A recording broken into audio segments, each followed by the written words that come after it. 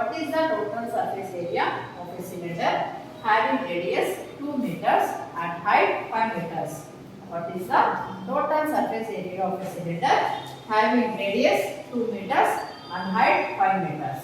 Options: A 86 square meter, B 88 square meter, C 90 square meter, D 92 square meter. ఇక్కడ cylinder ఒక radius ఇచ్చినారు, ఎంత ఇచ్చినారు?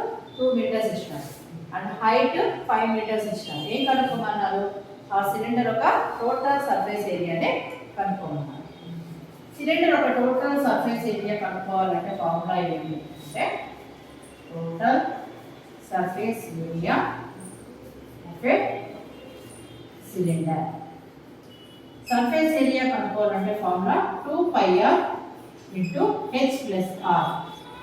సర్ఫేస్ సిలిండర్ ఒక సర్ఫేస్ ఏరియా కనుక్కోవాలంటే టోటల్ సర్ఫేస్ ఏరియా కనుక్కోవాలంటే formula 2πr into H plus R. Curved surface కనుక్కోవాలి అంటే కర్వ్డ్ సర్ఫేస్ ఏరియా కనుక్కోవాలంటే ఫార్ములా 2πrh. టూ ఫార్ములాస్ గుర్తుపెట్టుకోండి.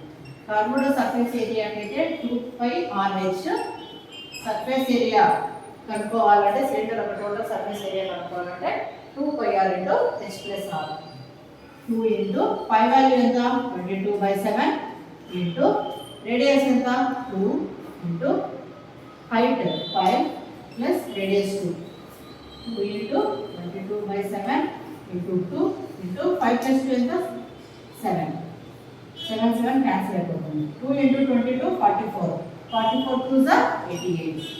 88 square metre. Total surface cylinder ఒక టోటల్ సర్ఫేస్ ఏరియా కనుక్కోవాలంటే formula 2πr into H plus R. ఆ మెజర్మెంట్స్ని బట్టి మనం క్యాలిక్యులేట్ చేస్తే ఎంత వచ్చింది మనకు ఆన్సర్? 88 స్క్వేర్ మీటర్స్ వచ్చింది. Option B is the correct answer. Find the curved surface area of a cylinder 10 cm dia and 20 cm height.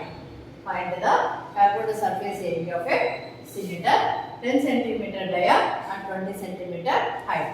Options: A 620 cm square, B 628 cm square, C 630 cm square, D 638 cm square. ఇక్కడ ఏమి ఇచ్చినాడు? Cylinder ఒక diameter ఇచ్చినాడు.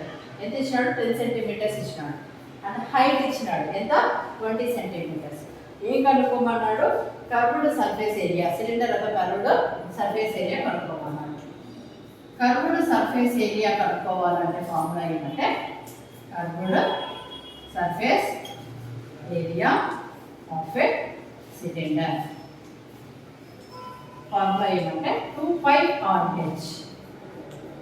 2 into pi value ఎంత? 3.14 into radius. మనకి ఇక్కడ radius ఇవ్వలేదు కదా, డయామీటర్ ఇచ్చినాడు. ఎంత ఇచ్చినాడు? 10 సెంటీమీటర్స్ ఇచ్చినాడు. రేడియస్ కనుక్కోవాలంటే d/2. డయామీటర్లో హాఫ్ ఏ రేడియస్ ఎంత వస్తుంది? 5 సెంటీమీటర్స్ వస్తుంది.